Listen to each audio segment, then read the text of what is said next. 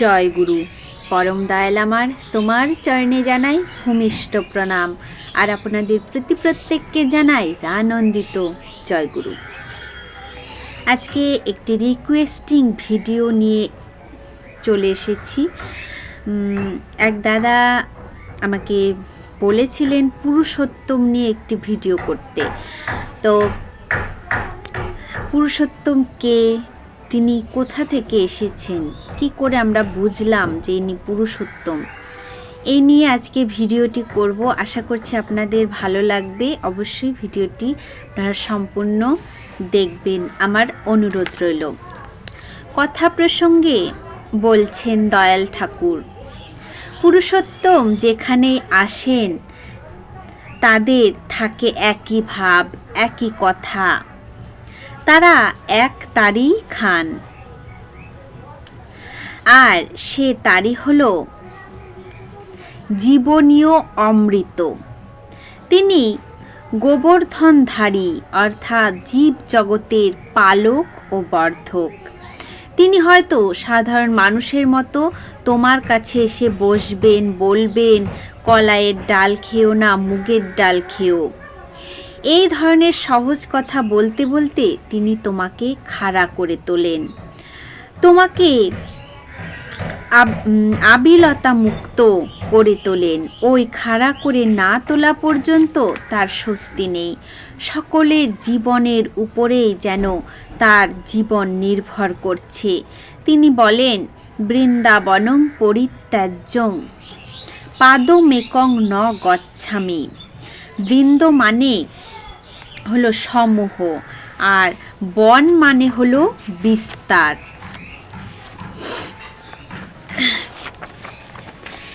এবার প্রফুল্লদা বললেন, শ্রীকৃষ্ণ পরম পুরুষ হয়েও সমগ্র পরিবেশ আয়ত্তে আনতে পারলেন না। তিনিও তো এতগুলি লোক মারতে বাধ্য হলেন, এ কেমন কথা? শ্রী শ্রী ঠাকুর বললেন, তাকে এই প্ল্যানে কাজ করতে গেলে মানুষের শরীর নিয়ে এসে যেমন যেমন করতে হয় তাই করতে হবে। সময় ও সীমার মধ্যে আসলে তদানুযায়ী চলতে হবে। তার ইচ্ছা অমোঘ, তার প্রয়োজন তিনি সিদ্ধ করবেনই। সেটাকেও তিনি এমনভাবে কাজে লাগিয়ে দেন যে তাও তার মূল জীবনোদ্দেশ্যকে আরও অগ্রগতির পথে ঠেলে নিয়ে যায়। তিনি আফ্লোদয় কর্মা, উদ্দেশ্য সিদ্ধ না হওয়া পর্যন্ত তার বিরতি নেই। কিন্তু তার ইচ্ছা ও প্রয়োজন এবং বিধি এর মধ্যে রয়েছে গভীর একতানতা। তার পরম মধুর অমৃত কথা শুনে কারো যেন আশ মেটে না। যত শোনা যায় ততই শুনতে ইচ্ছা করে।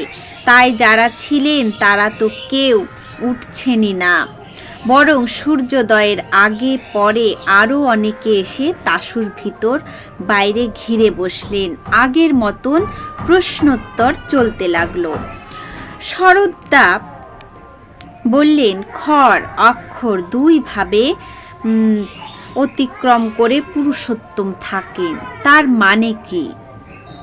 শ্রী শ্রী ঠাকুর বললেন, সেই আদি কারণ স, অর্থাৎ নিজের ভিতরে অনুসূত বৃত্তির অভিধান ও তপস্যা দ্বারাই যা কিছু হয়েছেন, এই হওয়ার পিছনে আছে আবার তার ইচ্ছা। তার ইচ্ছায় বৈধিকরণের পথে প্রবাহিত হওয়ায় উদ্ভিন্ন হয়ে উঠেছে। তাই দুনিয়ার যা কিছু হয় ইচ্ছা ও বৈধিকরণের পথেই হয়। পুরুষোত্তমও এই নিয়মের বহির্ভূত নন। সেই হিসাবে সাধারণ মানুষের সঙ্গে তার কোনো পার্থক্য নেই। তিনি এমন যে সাধারণ মানুষের সঙ্গে তার কিন্তু কোনো পার্থক্য নেই। আবার প্রকৃতপক্ষে প্রত্যেকেই সচ্চিদানন্দ ঘন বিগ্রহ। যেটুকু এখন পড়ছি অবশ্যই মনোযোগ দিয়ে শুনবেন, অনেক কিছু আছে অজানা তথ্য।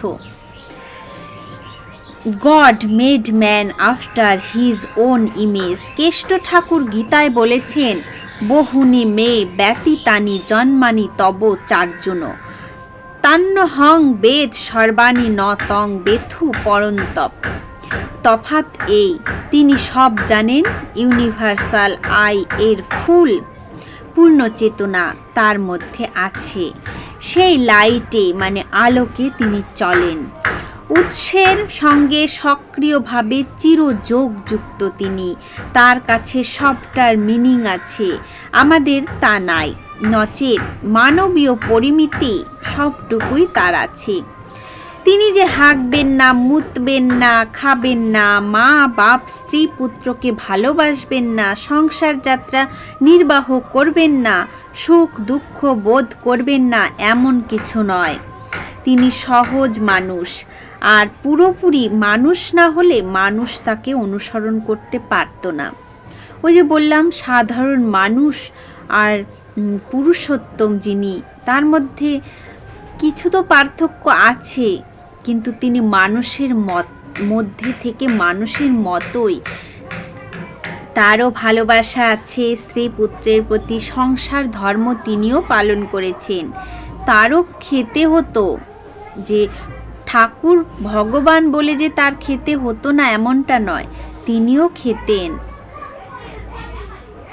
তিনি মানুষের মতোই সব কিছুই ছিল, চালচলন সবই বলুন, সবই ছিল, কিন্তু তার মধ্যেও কিছু পার্থক্য আছে।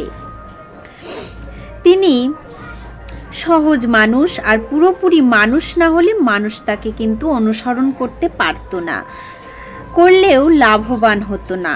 সৃষ্টি সম্ভূত জীবের ঘরত্ব তার মধ্যে পূর্ণ মাত্রায় বিদ্যমান, কোনো অলৌকিকত্বের ধার ধারেন না তিনি। সাধারণ মানুষের মতো রোগ শোক আধি ব্যাধি মৃত্যু সবই তার আছে। এ যেমন সত্য, তার ভূত মহেশ্বরত্ব ও অক্ষরত্ব তেমনি সত্য। সেই পরম চেতনা সহজ হয়ে বিদ্যমান তার চরিত্রে, তাই তাকে প্রতি মুহূর্তে পরিচালিত করে। এ তার মধ্যে নিঃশ্বাস প্রশ্বাসের মতো সলিল ও বেমালুম, তাই সব কিছু নিয়ে তিনি সহজ, স্বভাব সুন্দর, চির আত্মভোলা, সর্বাকর্ষক, ভালোবাসার কাঙাল। আমাদের ঠাকুর কিন্তু ভালোবাসারই কাঙাল। তিনি মানুষের মুক্তির রাজপথ, তাকে বাদ দিয়ে এই নরলোকে ঈশ্বর লাভের অন্য কোনো পন্থা নেই মানুষের। তাই অধুনাতম যুগ পুরুষোত্তমই মানুষের উপাসনার বেদী, তার উপাসনায় পূর্বোত্তন সকলেরই উপাসনা হয়। আর তিনি যদি বর্তমান না থাকেন, তবে তদনুবর্তনশীল উপযুক্ত আচার্যের কাছে দীক্ষিত হয়ে তন্নির্দেশিত নিয়মনে ওই পুরুষোত্তম পূজারী হয়ে চলাই কিন্তু মানুষের কল্যাণ। সেই পূজারী হয়ে যদি আমরা চলতে পারি, এতেই কিন্তু আমাদের কল্যাণ হবে। জীবনের উন্নতি কেমন করে হবে সেই কথা বলতে গিয়ে শ্রী শ্রী ঠাকুর বললেন, প্রথম জিনিস হলো উৎসমুখতা। উৎসমুখতা এনে দেওয়াই শিক্ষার মূল কথা। বাপ মা গুরুর প্রতি উদগ্র টান থাকলে তার বেচালে পা পড়তে পারে না, সে কখনো প্রবৃত্তির দাস হয় না। ভুল ভ্রান্তি তার জীবনে কমই হয়, ভ্রান্তি এলো সেই উৎসবিমুখ চলন বলন বসল পেয়ে যেই। যে উৎসবিমুখ হয় না তার ভুল আসবে কোত্থেকে? সমস্ত স্টার পোলার স্টারের দিকে মুখ করে ঘুরছে, তাই কক্ষচ্যুত হয় না। সব জায়গায় ওই এক কথা, এই ধৃতি স্থিতি ও গতি অব্যাহত থাকে যা দিয়ে, তাকেই বলে ধর্ম। তাই ধর্ম প্রত্যেককে বলে তুমি সুকেন্দ্রিক হও, যে টানে বিধৃত থেকে তুমি সুস্থ থাকো, স্বস্থ থাকো, তুমি তুমি থাকো, ছিন্ন ভিন্ন হয়ে না যাও, সেই টানে নিবদ্ধ রাখো নিজেকে, আর তোমার পরিবেশকেও সেই টানে টানে রাখো। মানুষের পক্ষে এই কেন্দ্র হলেন যুগ পুরুষোত্তম। তিনি প্রত্যেককেই পরিপূরণ করেন স্ব বৈশিষ্ট্যানুপাতিক। তার টানে আবদ্ধ থাকলে মানুষের আর কোনো ভাবনা নেই। তাকে যদি কেউ না পায়, পিতা মাতা ইত্যাদি স্বভাবগুরু যারা, সুকেন্দ্রিক অনুরাগ মুখর শ্রেষ্ঠ যারা, তাদের প্রতিও যদি টান থাকে তাহলেও মানুষের অনেকখানি বাঁচোয়া। কারণ মা বাবার প্রতি যদি টান না থাকে, ঠাকুর একটা কথা বলেছেন, মায়ের প্রতি টান যে ছেলের, সেই ছেলেই হয় কৃতিতত। তাই মা বাবার প্রতি যদি টান না থাকে তাহলে কিন্তু আমরা ঠাকুর ধরেও কিন্তু কিছু হবে না। আসল টানটা মা বাবার উপরে রাখা উচিত, তাহলে কিন্তু অনেকখানি বাঁচোয়া। টান মানে আপোষণী, আপূরণী টান, নইলে যে যত বড় হোমরা চোমরাই হোক না কেন, সে বৃত্তি সারূপ্য লাভ করবেই। তাহলে পুরুষোত্তম কি সেটা নিশ্চয়ই বুঝতে পারলেন। পুরুষোত্তম আমাদের যে আমরা যে কাজগুলো করি, তিনিও কিন্তু একই কাজ করেছেন, তবে ওই যে তার মধ্যে তো কিছু বিশেষত্ব আছে যার জন্য তিনি আলাদা, আমরা আলাদা, কিছু পার্থক্য আছে, তার মতো আমাদের হতে হবে। এটাই হলো পুরুষোত্তম, সে সৎ নির্ভীক যিনি ঠাকুর, তিনি আমাদের পুরুষোত্তম। আজকের আলোচনা প্রসঙ্গ এই পর্যন্তই। জানি না কতটা বোঝাতে পারলাম, তবে চেষ্টা করেছি পুরুষোত্তম কি সেটা বোঝাবার। আপনারা কতটুকু বুঝেছেন আমাকে অবশ্যই কমেন্টে জানিয়ে দেবেন। আজকের আলোচনা প্রসঙ্গ এই পর্যন্তই। জয় গুরু।